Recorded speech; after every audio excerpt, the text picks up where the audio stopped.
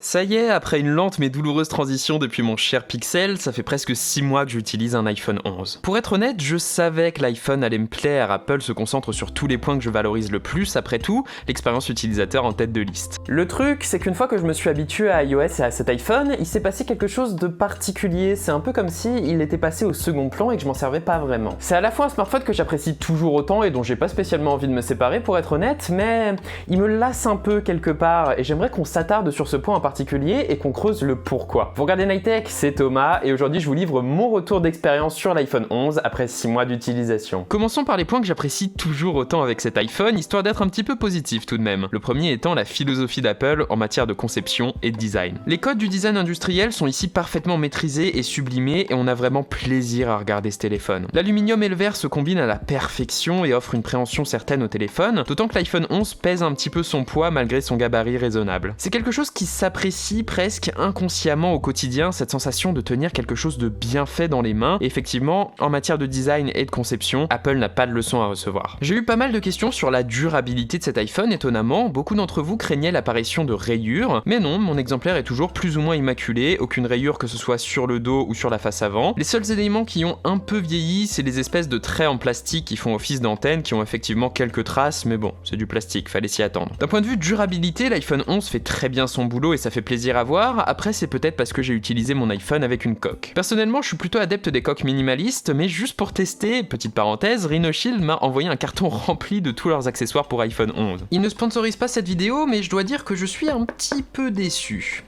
Autant leurs coques sont vraiment qualitatives et apportent effectivement une certaine tranquillité d'esprit, j'ai effectivement moins peur de faire tomber mon téléphone ou de le poser un petit peu violemment sur mon bureau, autant elles sont un petit peu épaisses et rigides, surtout pour moi qui adore admirer le design industriel de mon iPhone sans coque. J'aime beaucoup ce que fait Rhinoshield, c'est extrêmement qualitatif, mais personnellement c'est vrai que j'adorerais qu'ils trouvent un compromis entre la super protection qui caractérise leur boîte, c'est vrai, et un format un petit peu plus fin, plus souple et plus discret. Voilà pour la parenthèse, ils sont quand même super sympas et ils vous offrent 10% de réduction avec le code dans la description, mais c'est pas vraiment pour moi en l'état. Revenons à l'iPhone et continuons sur du positif avec l'autonomie de l'iPhone 11. C'est bien simple, c'est le point qui m'a totalement bluffé avec ce téléphone et qui m'y attache encore aujourd'hui. Il n'est absolument pas rare que je finisse la journée avec près de 70% de batterie restante, et même en essayant, je suis pas sûr que j'arriverai à tuer cet iPhone en moins d'une journée. J'ai presque jamais utilisé la recharge rapide avec cet iPhone, simplement parce qu'en dehors de la recharge que je fais dans la nuit, j'en ai jamais vraiment besoin en fait. Je passe rapidement sur ce point parce qu'il est un petit peu chiant, l'autonomie c'est toujours un petit peu ennuyeux, mais c'est vraiment la grosse force de cet iPhone et de toute la gamme 11 en général. Ici, Apple ne doit pas cette belle réussite à une batterie physique gigantesque, mais plutôt à l'optimisation d'iOS et évidemment à l'architecture unique des iPhones, qui est assez intéressante. Étudions cette architecture justement. Aux commandes de l'iPhone 11, on retrouve certes entre 64 et 256 Go de stockage NVMe ultra rapide et durable, ainsi que 4 Go de RAM, mais surtout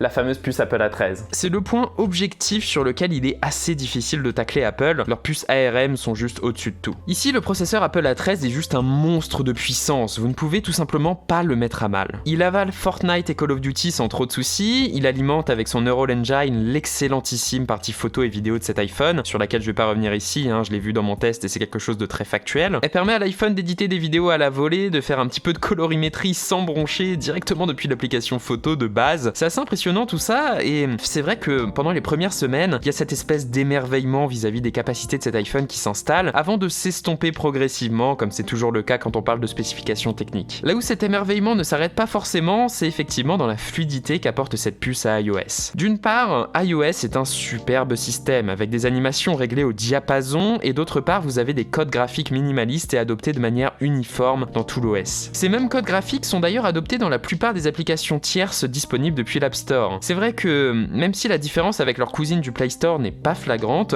on sent tout de même une certaine optimisation supplémentaire des versions iOS, ne serait-ce que parce qu'elles tirent davantage parti de la taille des écrans des iPhones par exemple. Tout ça, ça aboutit à une certaine unité, une certaine cohérence dans la façon dont on aborde cet iPhone en tant qu'utilisateur, et c'est vrai que c'est très agréable. On n'est jamais perdu, il n'y a jamais besoin de se positionner comme technicien pour trouver tel ou tel réglage, bien faire telle ou telle chose. Ça a l'air de rien, mais je pense que c'est ce soin à l'intuitivité qui fait que beaucoup de gens préfèrent iOS à Android, quand bien même ça implique un système plus fermé. Justement, à peu près tout dans cet l'iPhone me semble être cohérent et c'est vraiment appréciable, mais paradoxalement, c'est également quelque chose qui a fini par me faire me lasser de ce téléphone. On va rentrer dans quelque chose de très subjectif et dans du détail, donc n'hésitez pas à débattre de ça avec moi dans les commentaires, c'est vraiment l'objet de cette vidéo, mais prenons de l'écran de cet iPhone par exemple. Une dalle IPS de 6,1 pouces à la résolution de 326 pixels par pouce, c'est un point qui a été très critiqué, alors que dans les faits c'est effectivement une très bonne dalle, avec une bonne luminosité, un très bon rendu des contrastes, des très bonnes couleurs et une résolution plus que suffisante, d'autant qu'elle permet à l'iPhone 11 d'avoir son énorme autonomie. Cette dalle, c'était un choix sage et cohérent, comme tout ce qui compose cet iPhone. Le truc, c'est qu'il n'y a plus aucun moment où j'apprécie cet écran du coup. Il est devenu banal, il n'y a rien qui me fasse spécialement l'apprécier aujourd'hui, et l'effet pervers de ça, c'est qu'étant donné qu'il ne flatte pas la rétine tant que ça en lui-même, je me retrouve à observer davantage ses défauts, comme ses bordures assez épaisses par exemple. C'est quelque chose qui m'a fait relativiser mon attachement au software et à l'UX avant tout. Si c'est toujours ma priorité, cet iPhone a redonné au hardware une forme de lettre de noblesse à mes yeux. Oui, j'ai pas besoin d'un meilleur écran, j'ai pas besoin d'un meilleur téléphone, c'est vrai, mais j'aimerais en avoir un meilleur quelque part. C'est un peu pareil avec beaucoup de choses sur cet iPhone. En termes de matériel, il ne me bluffe pas, disons. C'est bizarre comme impression, mais le problème avec cet iPhone, à mon sens, c'est le manque total de petites touches de fun ou d'éléments différenciateurs. Si vous prenez mon MacBook Pro par exemple, même après des mois avec, je l'apprécie toujours autant, notamment grâce à des petits éléments pas forcément utiles comme la touch bar. Elle est pas forcément utile, mais elle est unique. Elle est juste cool, et c'est un point qui m'y attache, quelque part. C'est en mon sens ce qui manque à l'iPhone cette année. Il est simplement trop sage, il ne laisse aucune place à la fantaisie, ce qui fait qu'il passe vite en arrière-plan, il devient très vite un simple outil, faute d'être suffisamment enthousiasmant. Si beaucoup de gens apprécient l'iPhone pour iOS et son expérience utilisateur, je pense que beaucoup d'autres préfèrent les smartphones Android pour ça, sans que l'un ou l'autre n'ait spécialement raison. Vous me direz, j'aurais pu compenser cette lassitude en me dirigeant plutôt vers la version Pro, c'est vrai, mais au-delà de l'écran OLED, je pense que cette impression de classicisme trop prononcée serait peut-être restée, mais il faut voir effectivement. Après, je m'en voudrais de vous laisser sur ce pinaillement dans les règles de l'art et revenons un petit peu sur le tableau d'ensemble si vous le permettez. L'iPhone 11, c'est un superbe smartphone. C'est un outil formidable qui pousse au maximum l'idée de cohérence et d'adéquation entre hardware et software, et ça se ressent, le tout en s'intégrant parfaitement comme pierre angulaire de l'écosystème d'Apple, et c'est vrai qu'encore aujourd'hui, les interactions entre appareils paumés m'impressionnent et sont juste géniales à utiliser. C'est pas pour rien que j'ai conservé cet iPhone. Intellectuellement parlant, j'apprécie les petits raffinements qu'il propose, son design, son interface et ses animations soignées, les gestes de navigation très organiques qu'il emploie dans tout son système, son passage du mode lumineux au mode sombre par exemple, qui s'applique par un fondu, et encore une fois son autonomie. Il y a beaucoup de choses que j'apprécie. Le truc, c'est que je pense que l'iPhone bénéficierait à regagner une certaine touche de différenciation. Il gagnerait à redevenir excitant et enthousiasmant pour qu'il ne finisse pas en arrière-plan, que ce soit par son design, ses fonctionnalités, ou qui sait, peut-être son écran. Si on en croit les dernières rumeurs, ce sera effectivement l'objet de l'iPhone 12 de 2020, et quelque part je l'espère, pour tous les fans d'Apple, et pour moi, évidemment. Voilà, c'était une vidéo très subjective, mais je me suis dit que je devais essayer de mettre le doigt sur ce qui me dérangeait un petit peu avec cet iPhone 11, même si je l'adore, évidemment. N'hésitez pas à en débattre avec moi dans les commentaires, encore une fois, ce serait très intéressant pour le coup. Et puis comme d'habitude, les gens, si cette vidéo vous a plu, vous savez quoi faire, le j'aime, le commentaire, l'abonnement et le partage. Ça fait toujours grandir notre toute petite chaîne, et c'est super sympa de le voir. Et moi, je vous dis à la prochaine. Allez, salut.